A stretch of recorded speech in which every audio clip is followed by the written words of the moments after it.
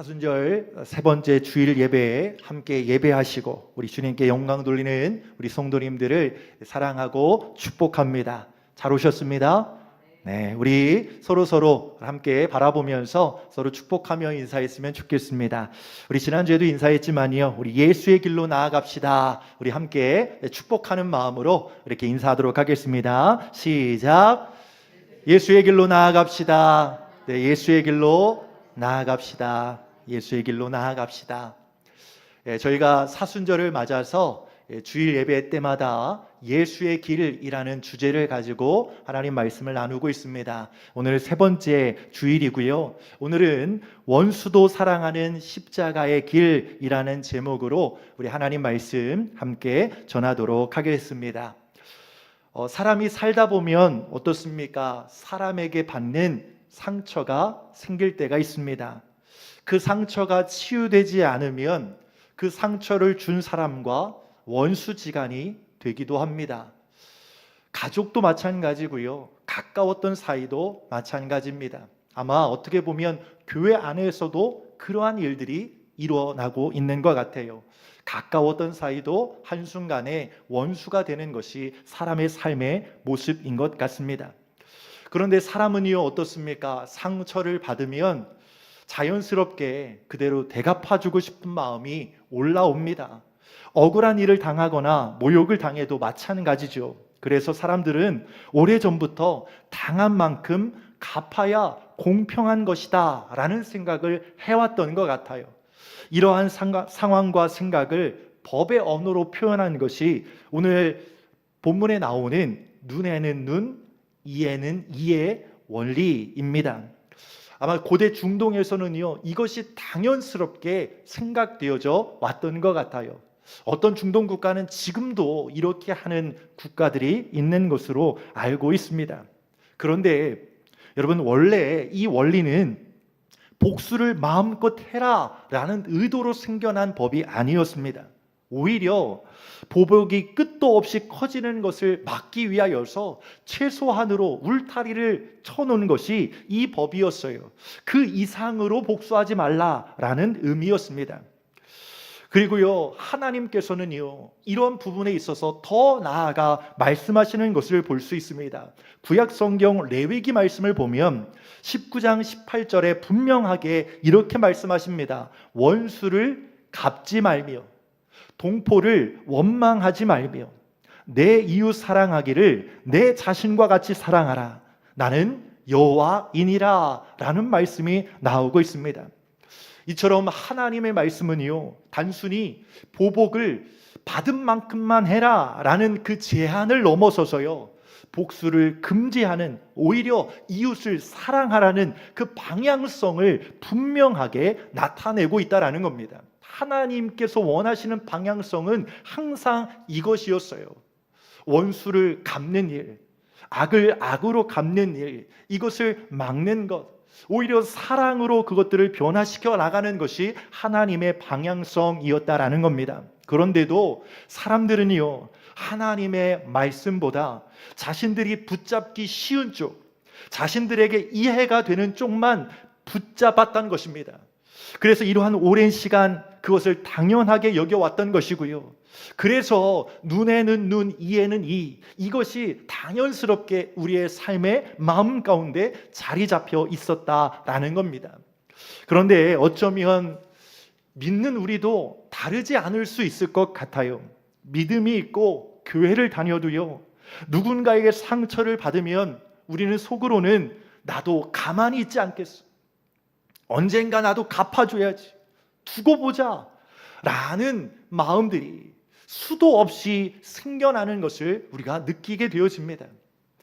차마 우리가 믿음으로 살아가니까 즉각적인 어떤 반응들은 안 나올 수도 있을 것 같아요. 참는 거죠.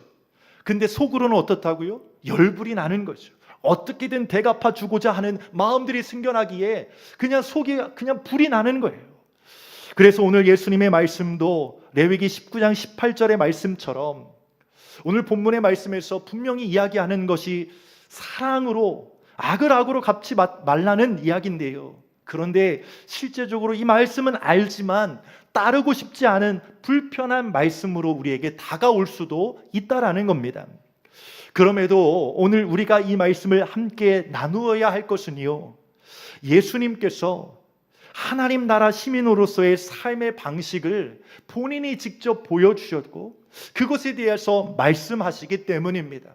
그냥 사람의 말이 아니라 하나님의 말씀이기 때문에, 하나님의 명령이기 때문에 우리가 다시 한번 생각해 봐야 되는 것이고요, 이 말씀을 붙들어 봐야 하는 것입니다. 오늘 말씀을 통해 예수님께서 왜 이렇게 말씀하셨는가, 그리고 우리는 이 말씀을 어떻게 이해하고 따라야 할지 참 어렵지만 한번 깊이 생각해 보고 우리의 새로운 하나님의 말씀을 마음에 묵상할 수 있는, 붙들 수 있는 귀한 시간 될 수 있기를 소망합니다. 우리 하나님 말씀 살펴보도록 하겠습니다. 우리 마태복음 5장 38절부터 읽었지요. 우리 38절 말씀 한 번 더 보도록 하겠습니다. 시작. 또 눈은 눈으로, 이는 이로 갚으라 하였다는 것을 너희가 들었으나. 여러분, 오늘 본문의 말씀은요, 예수님께서 산상수훈 산에서 교훈하셨던 말씀 가운데 한 부분입니다. 근데 오늘 본문 38절에서 눈은 눈으로, 이는 입으로 갚으라 하였다라는 것을 어떻게 했다고 이야기합니까? 너희가 들었으나 라고 말씀하고 있습니다. 여러분, 이 말은 사람들이 눈에는 눈, 이에는 이의 복수 원리를 오랫동안 듣고 배워오면서 아무 의심 없이 당연한 생각처럼 받아들여 왔다라는 것을 가리키고 있습니다.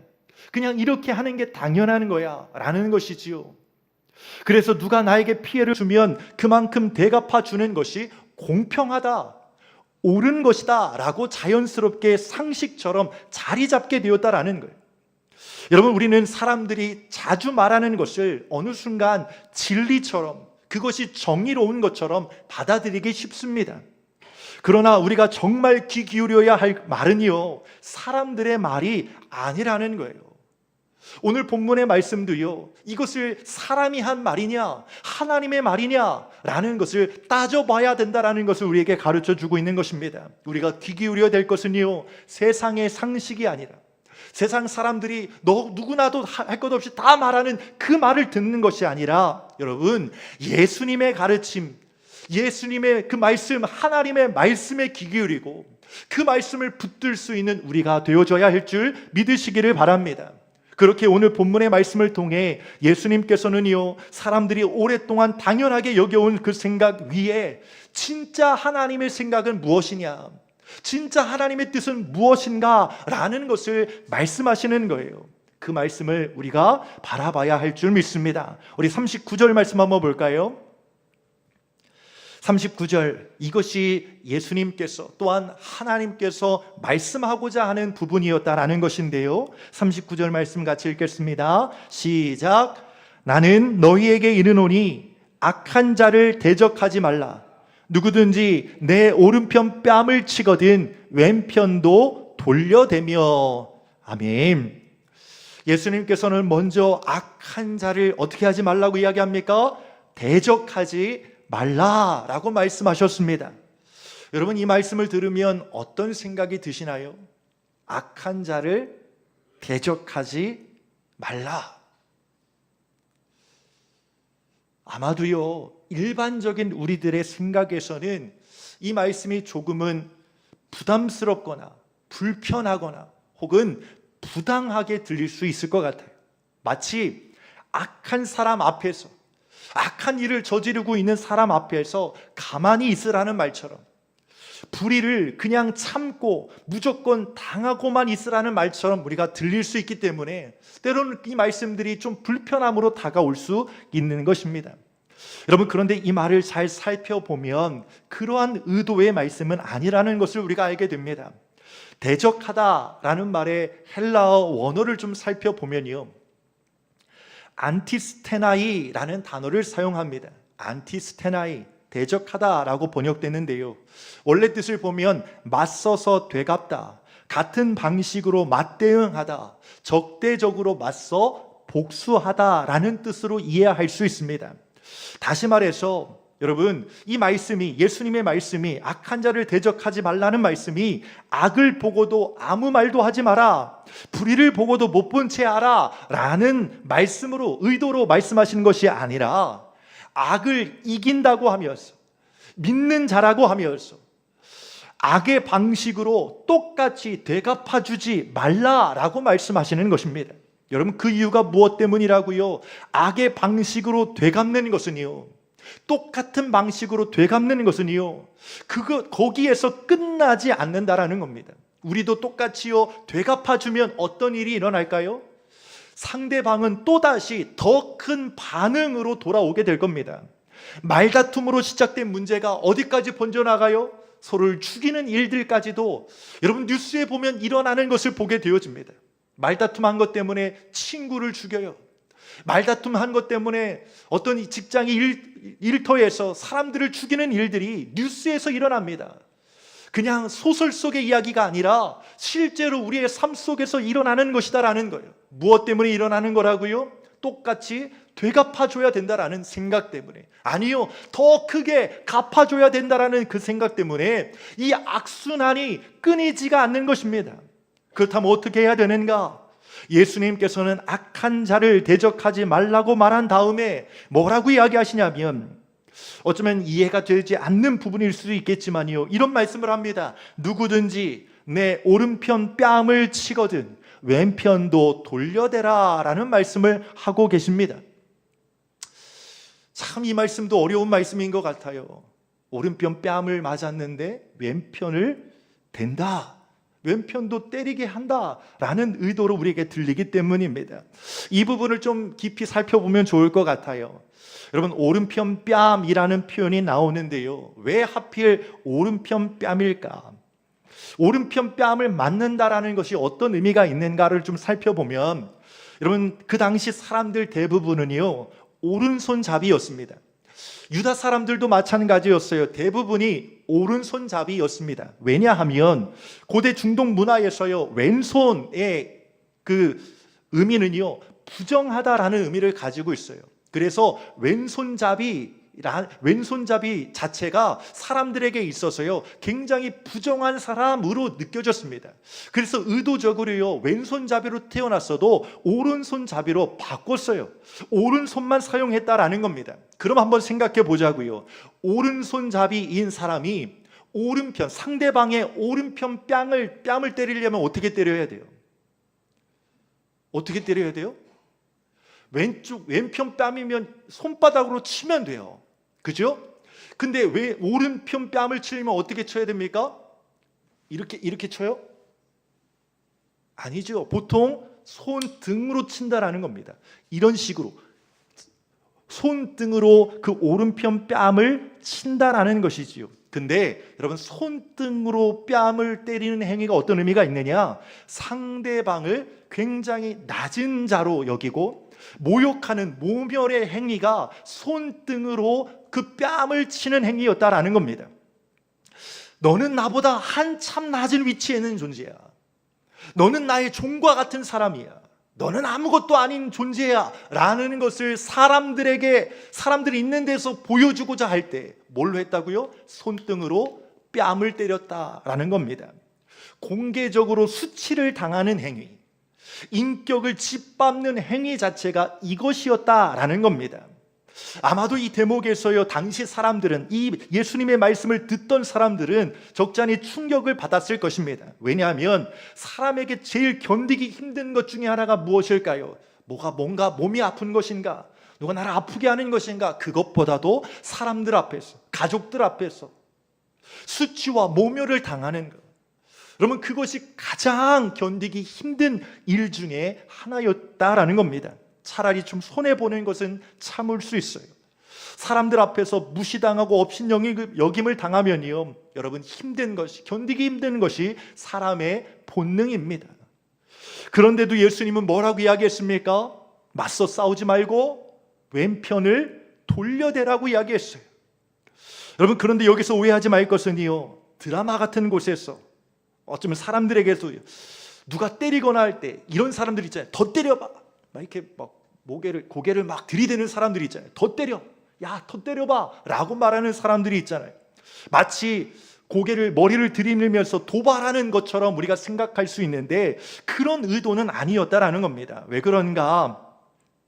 여러분, 이런 모습들이 있으면 결국 그 사람의 악이 나의 행동까지 지배하게 될 것이기 때문에 왼편도 돌려대라 라고 이야기한 겁니다. 그렇게 예수님의 말씀은요, 상대의 악이 네 반응까지 지배하게 두지 말라는 뜻입니다. 상대가 너를 모욕했다라고 해서 너까지 그 모욕의 논리 속으로 들어가지 말라는 거예요. 누군가가 나를 짓밟는다, 모욕한다라고 했을 때 반응은 두 가지일 겁니다. 어떤 반응이요? 첫 번째 반응은 똑같이 그 사람을 모욕하는 겁니다. 욕하는 겁니다. 짓밟는 겁니다. 뺨을 때리는 겁니다. 또 한 가지는 어떨까요? 그 사람에게 눌려서 억울하게, 비참하게 눌려 있는 모습일 것입니다. 그런데 예수님께서는 두 가지 모습을 다 하지 말라고 이야기하는 거예요. 맞서 싸우거나 혹은 비굴하게 있거나 하지 말라는 겁니다. 여러분, 예수를 따르는 자들이 존엄을 잃지 않는 비폭력적인 응답으로 우리는 이것을 해석할 수 있어야 하는 겁니다. 나는 내 모욕 때문에 내 존재 가치가 무너지는 사람이 아니다라는 것을 드러내라는 거예요. 나는 너의 폭력의 방식으로 반응하지 않겠다라는 것을 사람들 앞에 드러내라는 겁니다. 그것이 믿는 사람들의 모습이어야 한다라는 거예요. 믿지 않는 사람들의 모습과는 달라야 한다라는 것을 보여주고 있는 것입니다. 아무것도 하지 않는 것이 아니라 오히려 더 적극적으로 믿는 자라는 것을 드러낼 수 있는 행동을 하라는 것이 바로 오늘 본문의 말씀이다라는 겁니다. 여러분, 디트리 보네퍼라는 사람은 자신의 저서 나를 따르라 라는 그 책에서요, 이런 말씀을 했습니다. 산상수훈의 이런 명령들을 그럴듯하게 완화하거나 우회하지 말고 제자가 예수님의 말씀 앞에 실제로 순종해야 할 부르심으로 받아야 한다라고 강조했습니다. 믿는 자들은 이렇게, 예수님의 제자라면 이렇게 살아야 한다. 곧 제자는 세상이 당연하다고 여기는 자기 방어와 보복의 본능을 그대로 정답으로 여기지 않고 예수님의 말씀에 자신을 내어드려야 한다라는 것을 말하고 있습니다. 여러분, 예수님께서는요, 자신이 말씀하신 그대로 악한 자를 대적하지 않으셨습니다. 예수님은 모욕을 당하셨고 침뱉음을 당하셨고 억울한 재판을 받으셨고 십자가에도 달리셨지만 그 악을 악으로 갚지 않으셨어요. 또한 그렇다고 반대로 비굴하지도 않았습니다. 풀어달라고, 용서해달라고, 내가 잘못했다고 이렇게 하지 않으셨어요. 당당하셨습니다. 그 당당함의 사람들은 예수의 권위에 눌릴 수밖에 없었습니다. 그래서요, 성경을 보면 예수님이 십자가에서 죽고 난 후에 로마 군사들, 백부장과 병사들 가운데 이런 고백을 한 사람들이 나옵니다. 이 사람은 진실로 하나님의 아들이었도다. 진실로 하나님의 아들이었도다.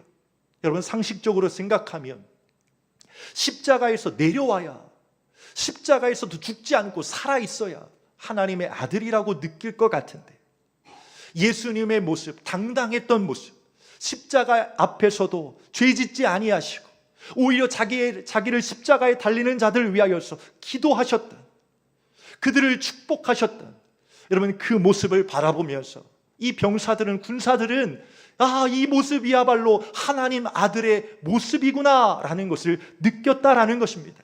여러분, 이것을 예수님께서는 우리들에게 말씀하시는 거예요. 예수님께서 걸어가셨던 예수님의 이 길을 우리도 걸어가라고 우리에게 말씀하시는 것입니다. 여러분, 이 말씀이 쉬운 길일까요? 이 길을 따라가는 것이 쉬울까요? 아닐 것 같아요. 너무나도 어려운 길입니다. 우리의 옛 본성으로는 불가능한 일일지도 모릅니다. 그럼에도 불구하고 우리가 이 말씀을 듣고 우리가 악한 자를 대적하지 않게 해달라고, 나를 모욕해도 똑같이 되갚는 사람이 되지 않게 해달라고 주님께 간구하고 성령의 능력을 구해야 할 것은요, 그 길이 진정으로 우리가 가야 될, 믿는 자들이 가야 될 유일한 길이기 때문입니다. 여러분, 하나님의 나라의 백성은요, 세상이 정한 방식으로 자신의 가치를 증명하는 사람이 아니라 하나님의 말씀 안에서 자신이 하나님의 아들 예수님의 제자라는 정체성을 알고 예수님의 말씀대로 순종하며 살아가는 자들이 바로 그 가치를 증명하는 자임을 여러분 기억할 수 있기를 소망합니다. 그래서 예수님은 악을 악으로 되갚는 사람이 아니라 악의 악순환을 끊는 사람으로 우리를 부르시는 것입니다. 그렇지만 여러분, 알지만 불가능합니다 라고 미리 포기하지 않으셨으면 좋겠어요. 어렵죠, 힘들죠, 하지만 나는 못해요 라고 말하지 않으셨으면 좋겠습니다. 우리 한번 예수님 말씀대로 살아보기 위하여서 힘써 보시기를 원합니다. 실패하더라도, 참고 해서 또 우리의 분이 드러나더라도 우리 다시 한번 주의 말씀 앞에 서고 이 말씀을 붙들 수 있는 우리가 되어봤으면 좋겠습니다. 우리가 악의 고리를, 상처와 다툼과 미움과 모욕의 고리를 끊어내어 볼 수 있기를 소망합니다. 하나님의 나라 백성은 다르다는 사실을 세상에 보여줄 수 있는 우리가 될 수 있기를 예수 그리스도의 이름으로 간절히 축원합니다. 아멘. 여러분, 이런 관점에서요 40절, 41절, 42절 말씀도 볼 수 있어야 합니다. 어떤 말씀들이 나와요? 속옷을 가지고자 하는 자에게 겉옷까지 가지게 한다.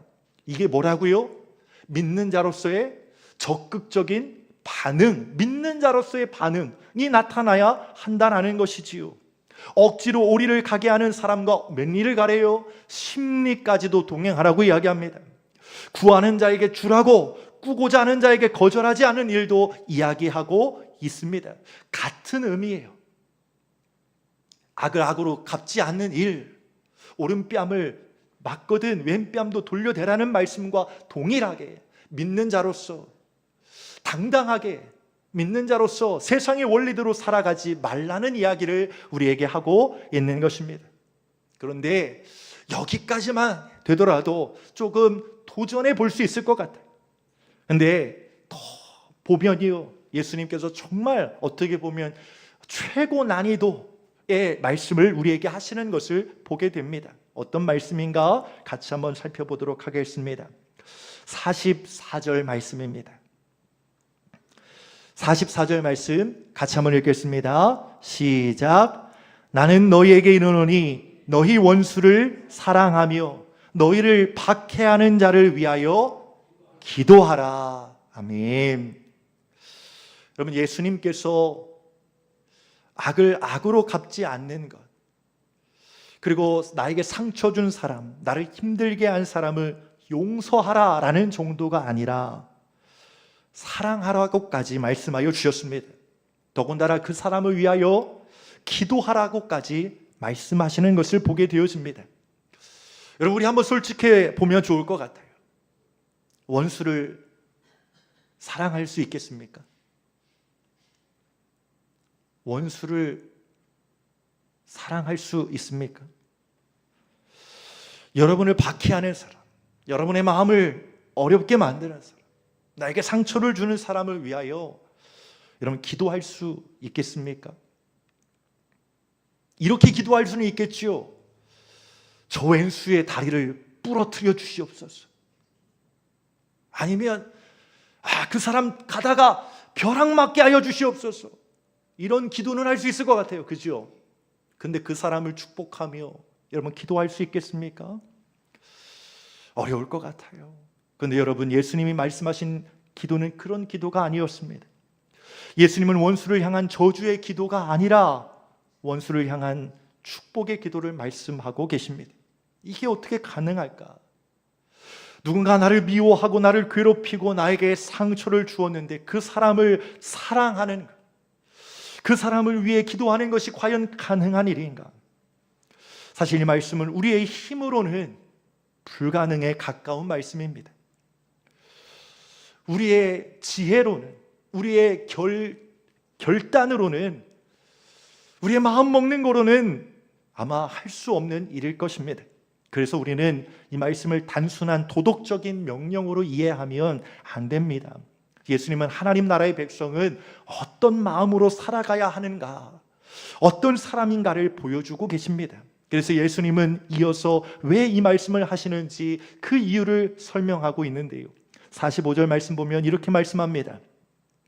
이같이 한즉 하늘에 계신 너희 아버지의 아들이 되리니 이는 하나님이 그 해를 악인과 선인에게 비추시며 비를 의로운 자와 불의한 자에게 내려주심이라 라고 말하고 있습니다. 여러분, 하나님은 선한 사람에게만 햇빛을 주지 않으셨습니다. 의로운 사람에게만 비를 내려주시지도 않으셨어요. 하나님은 악인에게도 선인에게도 햇빛을 비추시고 의로운 자에게도 불의한 자에게도 비를 내려주셨습니다. 하나님은 자격이 있는 사람만 사랑한 것이 아니라 자격 없는 사람 혹은 악하다 말할 수 있는 사람들까지도 사랑하셨다라는 것입니다. 그래서 예수님은 이렇게 말씀하시는 겁니다. 원수를 사랑하고 박해하는 자를 위해 기도하는 것은 그 사람이 사랑받을 만한 사람이기 때문이 아니라, 사랑할 수 있는 사람이기 때문이 아니라 오히려 내가 어떤 사람인가 라는 것을 바라볼 때 내가 하나님의 아들이기 때문에 그 일을 해야 된다라는 것을 이야기합니다. 내가 하나님의 아들이기 때문에, 하나님의 자녀이기 때문에 할 수 있다라고 말씀하시는 겁니다. 근데 여러분, 사실 우리도 알죠. 하나님이 죄인인 우리도 사랑하셔서 믿음 주시고 구원하여 주신 것처럼 우리도 원수를 사랑하는 것이 맞다라는 것을 알 수 있지요. 하지만 알지만 힘든 거예요.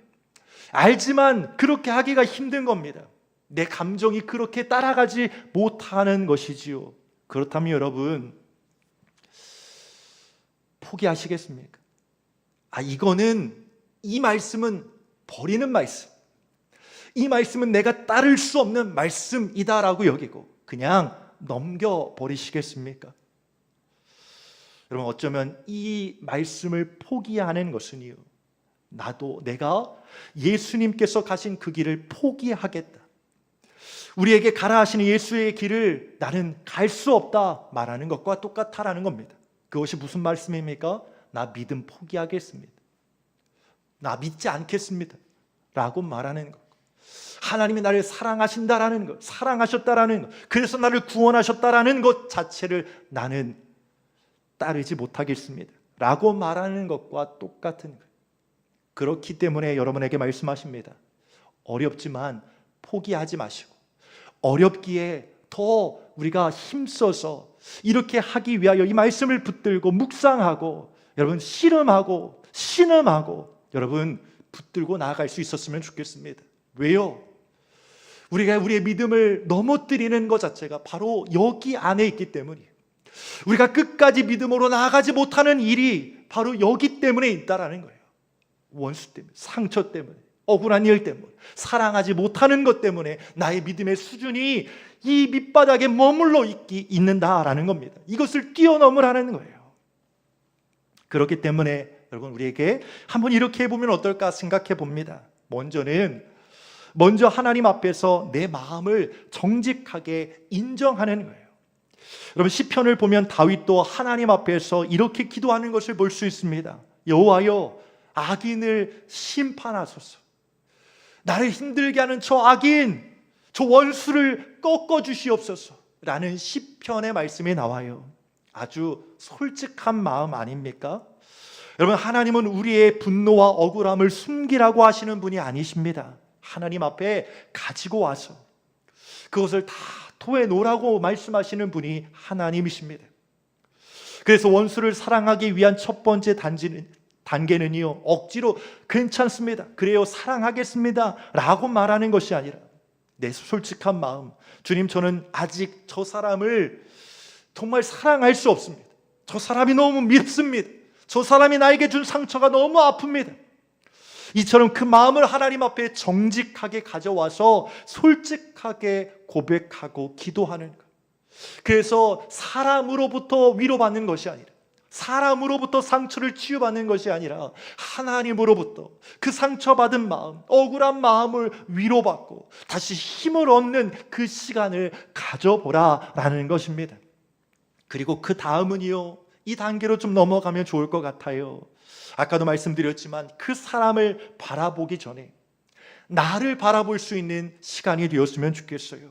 하나님께서 나같이 부족한 사람, 나같이 연약한 사람, 나같이 죄악된 사람, 나같이 악한 사람, 이러한 사람을 어떻게 대하여 주셨는지를 깊이 한번 생각해 보자라는 것입니다. 여러분, 로마서 5장 8절은 우리에게 이런 말씀하고 있습니다. 우리가 아직 죄인 되었을 때에 그리스도께서 우리를 위하여 죽으심으로 하나님께서 우리에 대한 자기의 사랑을 확증하셨느니라 라고 말씀하여 주셨습니다. 언제 우리를 위하여 죽으셨다고요? 우리가 아직 죄인 되었을 때예요.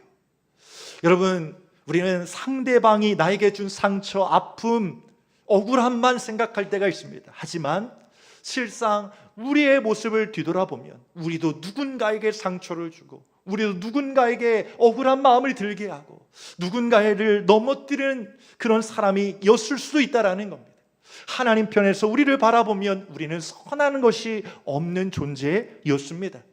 그럼에도 불구하고 하나님은 우리를 사랑하여 주셨어요. 그냥 사랑하신 것이 아니라 어떻게 해요? 자기의 생명을 내어주시기까지 죽으심으로 그 사랑을 어떻게 하셨다고요? 확증해 주셨다는 겁니다. 이 사랑, 나는 너를 사랑해, 말로만 하신 것이 아니라 실제로 그 사랑을 우리에게 보여주셨다. 여러분, 그 사랑의 모습들을 더 깊이 묵상하라는 겁니다.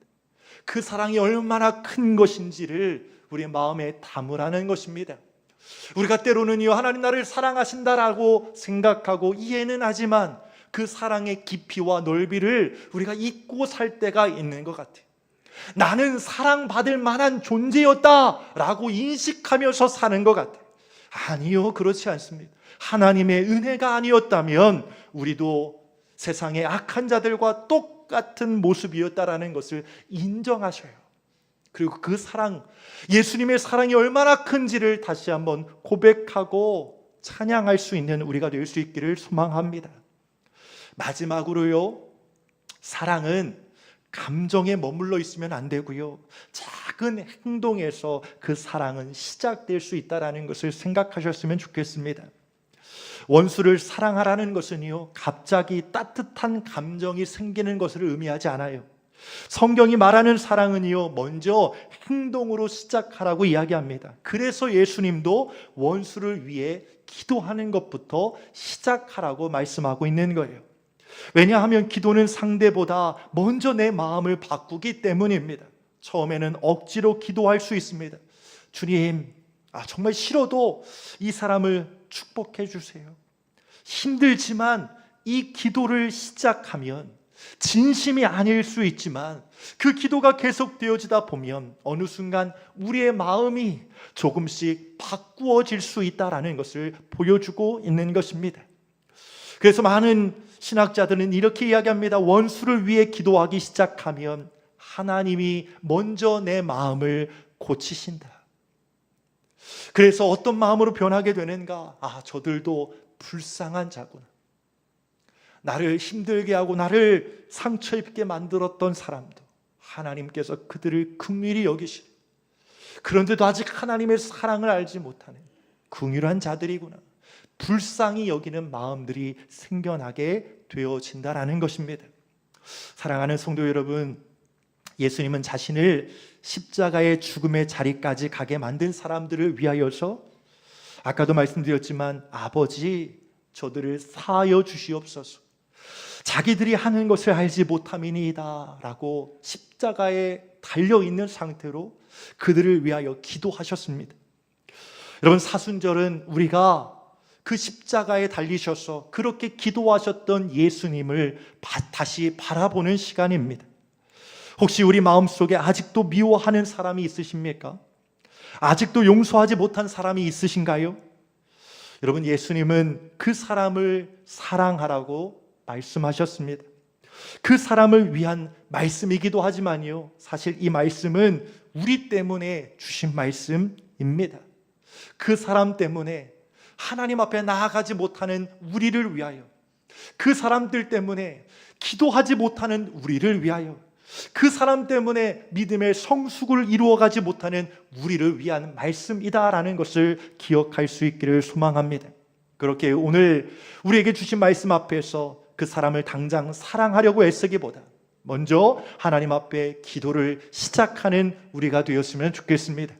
우리를 향한 십자가의 사랑으로, 십자가의 능력으로 우리 한번 기도해 보면 좋겠습니다.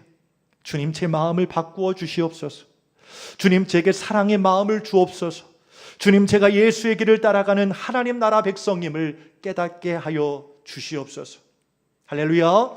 여러분, 이런 기도가 우리의 입술 고백 가운데 나타날 수 있기를 간절히 소망합니다.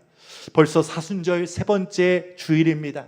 사순절을 보내는 동안 예수님의 사랑을 더 깊이 닮아가는 저와 여러분들 되시기를, 원수를 사랑하라는 말씀 앞에 씨름하고 순종할 수 있는 우리가 되기를 예수 그리스도의 이름으로 간절히 축원합니다.